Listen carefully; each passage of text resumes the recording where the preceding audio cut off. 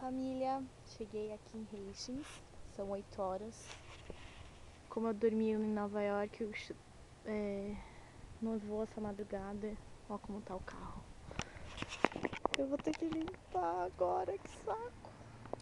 Então a neve, quando ela é novinha, ela é mó...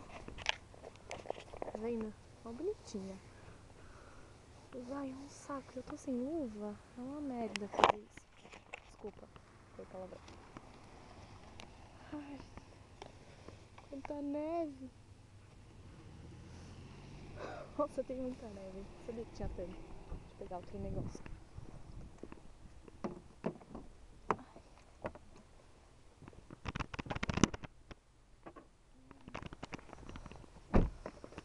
Aí tem que limpar assim, ó. Tem que tirar a neve de cima. Nossa.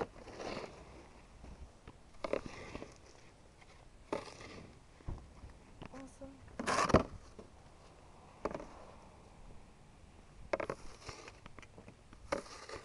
Tá, isso eu vou tirar um pouco. Deixa pro outro lado. Ai, a neve, essa neve é a neve mais legal, que é a neve fresquinha, assim. Ela é fofinha. Não tá gelo ainda.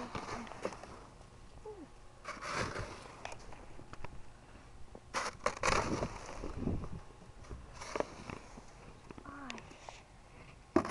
Tipo, não é pesado. É que é gelada, daí ela cai na mão. Pois é, né?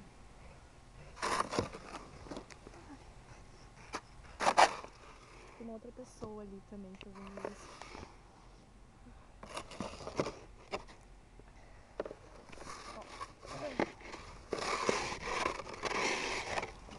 Nossa, levou bastante tinta. Hoje é segunda, hoje foi feriado. E eu, como nevou de madrugada, eu nem vi nada. Eu vou tentar passar o para-brisa agora pra ver se não precisa esfregar tanto.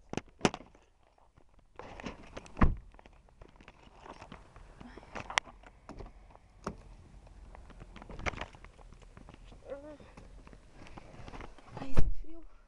Nossa, acho que... Como tá?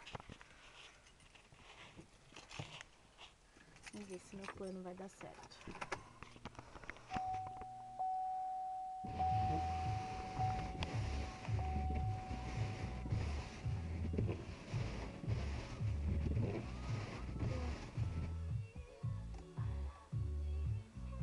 Deu.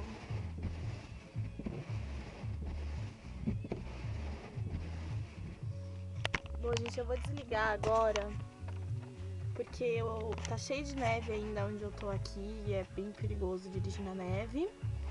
E é isso, eu tô com saudade de todo mundo, tá muito frio e beijo, até mais.